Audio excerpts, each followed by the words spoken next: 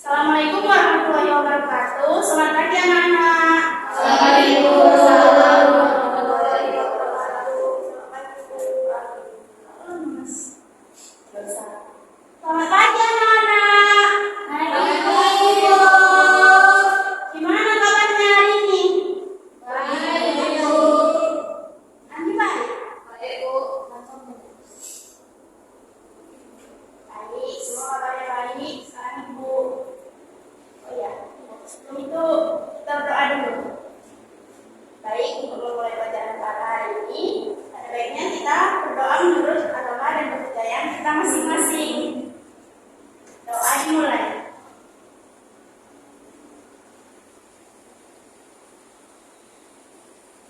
Doa selesai. Sebelumnya Ibu absen dulu ya. Baik, Bu. Andi Novita Sari, Hadir, Bu. Erika Putri Sinaga, Hadir, Bu. Julina Putri Saragi, Putri Audrey, Hadir, Bu. Sabrina Amanda, Sunarti, Hadir, Ibu. Novita Sari, Hadir, Bu. Rohana Sania, Nika Dalia. Hadir, Bu. Oke, baik. Baik, hari ini kita belajar tentang teks eksplanasi. Sebelumnya ada yang tahu apa itu teks eksplanasi?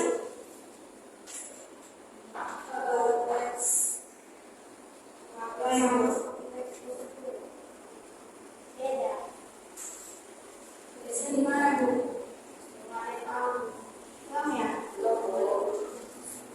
Baik. Nah, di sini ada pengertian dari teks eksplanasi. Jadi, teks eksplanasi itu adalah teks yang berisi tentang proses, mengapa dan bagaimana suatu peristiwa alam, ilmu pengetahuan, sosial budaya, dan juga yang lain bisa terjadi. Jadi sebuah peristiwa itu, baik peristiwa alam maupun peristiwa sosial yang terjadi di sekitar kita, selalu memiliki hubungan sebab akibat atau juga kausalitas dalam prosesnya. Jadi itu pengertian dari teks eksplanasi ya.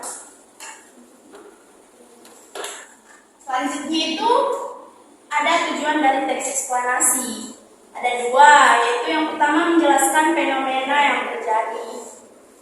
Di mana di sini tuh sebuah fenomena itu dijelaskan seperti definisi, pengertian, dan juga proses terjadinya bagaimana itulah dari sebab akibat. Yang kedua itu menjelaskan sebab akibat suatu peristiwa. Jadi di dalam teks eksplanasi itu dijelaskan proses terjadinya suatu fenomena itu, apa penyebabnya dan juga apa akibatnya. Selanjutnya itu yang ketiga ada ciri-ciri teks eksplanasi. Yang pertama itu strukturnya terdiri dari pernyataan umum, urutan sebab akibat, serta juga interpretasi atau interpretasi itu biasa disebut sebagai ulasan. Yang kedua itu informasi yang dimuat berdasarkan fakta, yaitu kejadian yang sebenarnya. Yang ketiga faktual, yang sifatnya bersifat keilmiahan ataupun keilmuan seperti sains. Yang kedua sifatnya itu informatif, yaitu bersifat informasi, memberikan informasi pada ramai dan juga umum.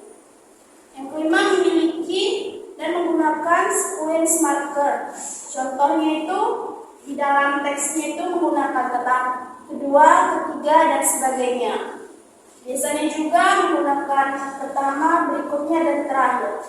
Kata-kata ini biasa kita temukan di bagian sebab akibat, struktur kedua dari teks eksplanasi. Yang keenam itu disertai artikel pendukung seperti teks eksplanasi sosial beserta strukturnya.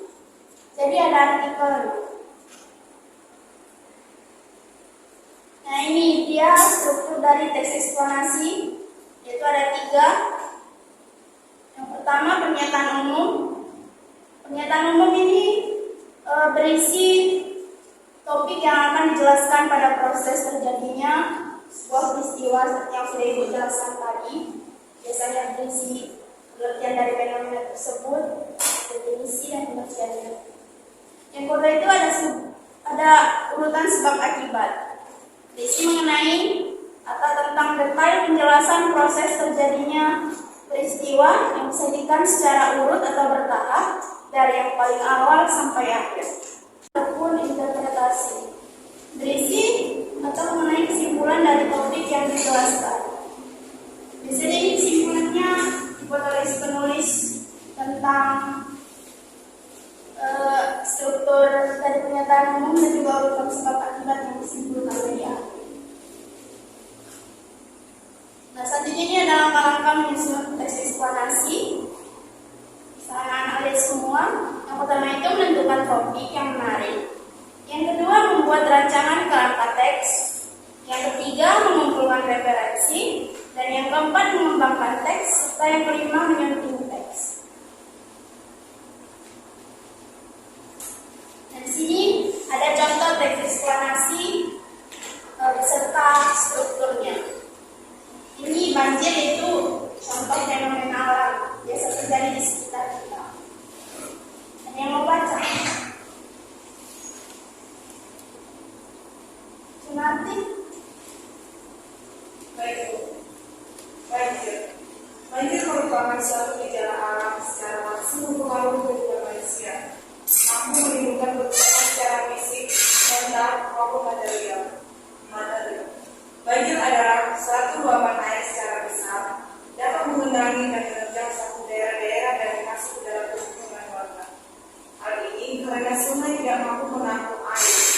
Banjir ini sudah tidak asing lagi untuk kita dengar. Pasalnya, Indonesia pun sudah banyak mengalami peristiwa khususnya di kota-kota besar dan notabene jauh dari pepohonan yang mampu meresapkan air hujan ke bawah.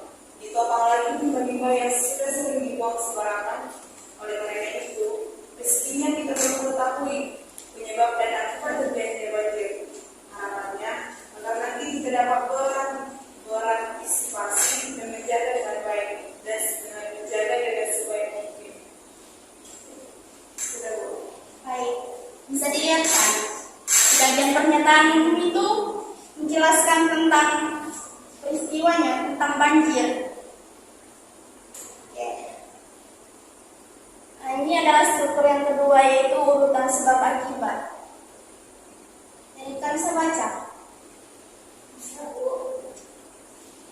Urutan sebab akibat, banjir terjadi tidak mungkin datang begitu saja tanpa penyebab. Terjadinya banjir setidaknya disebabkan oleh dua faktor. Faktor yang mempengaruhinya yaitu faktor alam dan faktor manusia. Faktor alam merupakan curah hujan yang tinggi, letak geografis berada lebih rendah dari permukaan laut, adanya pasang main air di laut, dan daerah terletak pada cekungan sehingga jalan keluar air menjadi sempit. Faktor manusia adalah segala hal yang disebabkan oleh manusia, seperti penebangan hutan dengan sembarangan, tidak melakukan reboisasi, buang sampah tidak pada tempatnya, dan sebagainya sehingga saluran air tersumbat dan kemudian air meluap. Banjir mengakibatkan kerugian besar bagi manusia. Banyak barang-barang berharga yang terendam banjir dan terbawa arus. Banyak korban baik nyawa maupun hanya sekedar hati.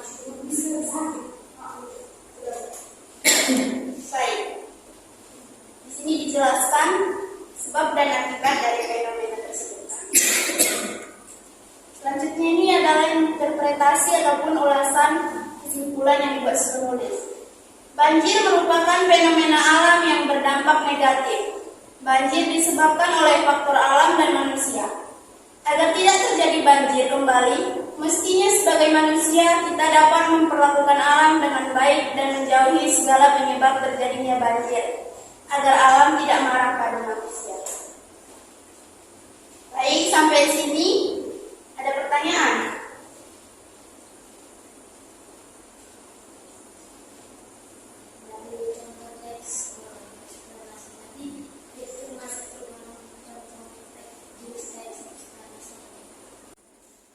Jadi ini termasuk tes eksplanasi kausalitas, di mana di sini itu dijelaskan sebab dan akibat fenomena ini terjadi. Jadi kausalitas itu adalah hubungan sebab akibat.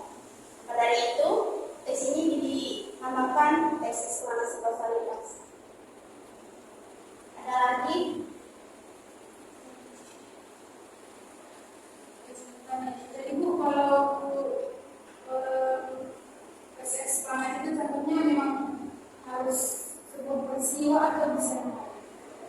Ya, biasanya berbentuk peristiwa, fenomena yang terjadi di sekitar kita, seperti yang tadi bilang itu, fenomena alam, sosial, budaya, dan yang lainnya. Baik, ada lagi? Semua sudah paham?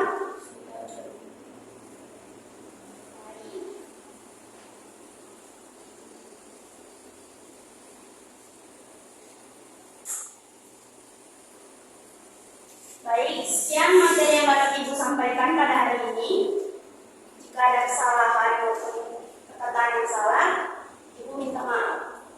Selanjutnya Ibu akan memberikan kalian tugas berupa LK, di mana itu di dalamnya terdapat sebuah teks eksplanasi. Jadi dari teks eksplanasi itu kalian akan menuliskan dan menjelaskan struktur yang terdapat di dalam teksnya. Kemudian temukan masing-masing 3 informasi berupa fakta dan urutan kejadian dalam teks tersebut ya.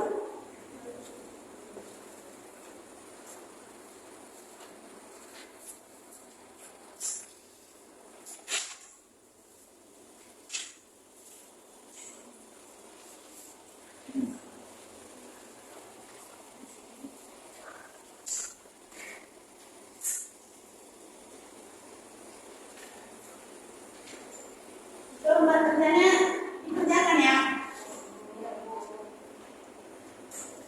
Baik, karena waktu sudah habis, tugasnya dikumpul besok. Terus kita harus masuk kan? Baik, sekian. Kita tutup pembelajaran kita pada hari ini. Mari kita berdoa menurut agama dan kepercayaan kita masing-masing. Doa dan doa.